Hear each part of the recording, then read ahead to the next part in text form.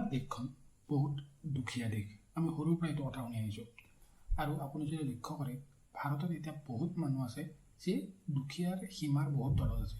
এই তিনিটা আটাইতকৈ ইম্পৰ্টেণ্ট বস্তু, খাদ্য, থকা ঘৰ আৰু কাপোৰ। এই তিনিটা বেছিক বস্তুৰ পৰা ভাৰতৰ বহুত মানুহ এতিয়ালৈকে নোপোৱাকৈ আছে। তো এটা প্ৰশ্ন চাগে বহুতৰ মনত আহে, আৰু মোৰ মনতো আহিছিলে, যে চৰকাৰে এনেকুৱা কিয় নকৰে যে ৰিজাৰ্ভ বেংক অফ ইণ্ডিয়াক কৈ দিয়ক যে আপোনালোকে যিমান ইচ্ছা পইচা ছপাই দিয়ক, আমি চব মানুহৰ একাউণ্টত পইচা পঠাই দিম আৰু চব দুখীয়া মানুহ নোহোৱা হৈ যাব। আজিৰ এই ভিডিঅ'টোত আমি তাকে ডিছকাছ কৰিবলৈ চেষ্টা কৰিম। এই চেষ্টাটো একচুৱেলি বহুত দেশে কৰিছিলে। আমাৰ উদাহৰণো আছে, জাৰ্মানী, আপোনাৰ জিম্বাবৱে, তেনেকুৱা বহুত দেশ আছে যে এইটো চেষ্টা কৰিছিলে। প্ৰথম বিশ্বযুদ্ধৰ পিছত কি হ'ল যে জাৰ্মানী হাৰিলে, তো যিবোৰ দেশৰ লগত জাৰ্মানীয়ে যুদ্ধ কৰিছিলে তেওঁলোকৰ লগত জাৰ্মানীৰ চুক্তিত এইটো ফাইনেল কৰা হয় যে জাৰ্মানীয়ে সেইবোৰ দেশক যুদ্ধৰ ক্ষতিপূৰণ হিচাপে পইচা দিব। তেনেকুৱা দেশ আছিলে ফ্ৰান্স, বেলজিয়াম এইবোৰ। কিন্তু জাৰ্মানীয়ে নিজে যুদ্ধত যিখন দেশ হাৰিছে তেওঁলোকৰ হাতত কিমান পইচা থাকিব?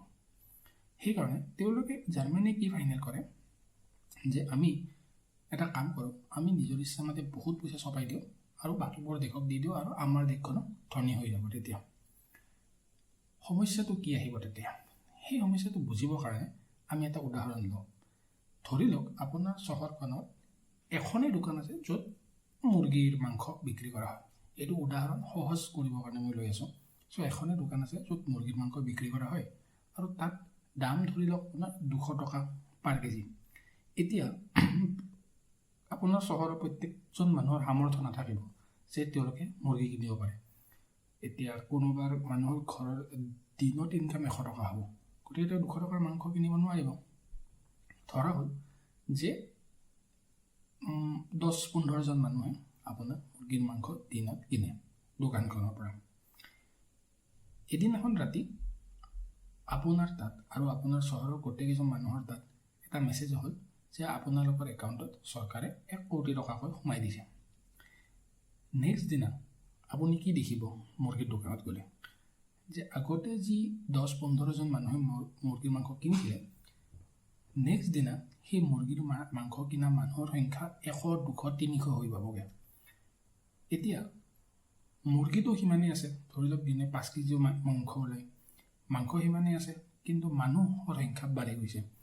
এতিয়া হ'ব কি, যিটো মুৰ্গী 200 টকাত বেছি আছিলে, কোনোবাই ক'ব যে মই 300 টকা দিম, কোনোবাই 400 টকা দিম। মুৰ্গীৰ দোকানীটো কি ঠিক কৰিব? 200 টকাৰ ঠাইত আমি এতিয়াৰ পৰা মুৰ্গী 500 টকাত বা 1000 টকাত বিক্ৰী কৰিম।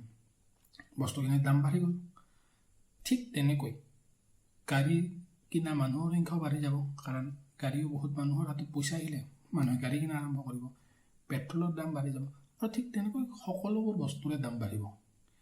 সেইটো 1-2 দিনৰ ভিতৰতে, বহুত কম সময়ৰ ভিতৰতে বস্তুৰ দাম যেতিয়া বহুত গুণে বাঢ়ি যায়, তাক কোৱা হয় হাইপাৰ ইনফ্লেশ্যন।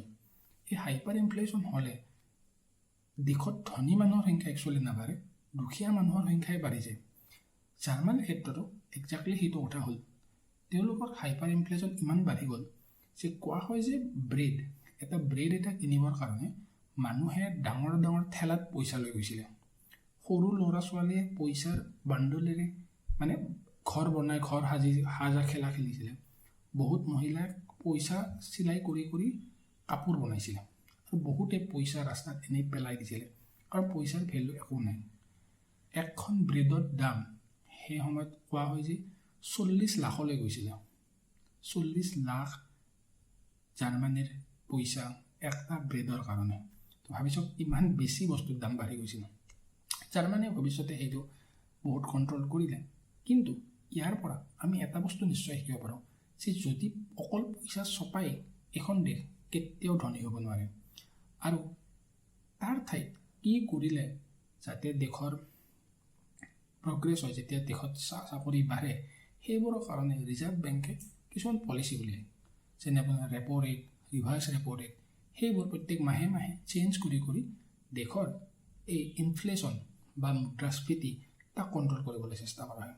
এইবোৰৰ বিষয়ে মই বেলেগ এটা ভিডিঅ' পিছত বনাম। আজিৰ ভিডিঅ'টো এইখিনিতে সামৰোঁ। আপোনাৰ কেনেকুৱা লাগিলে জনাবলৈ নাপাহৰিব। ধন্যবাদ। জয় আই অসম।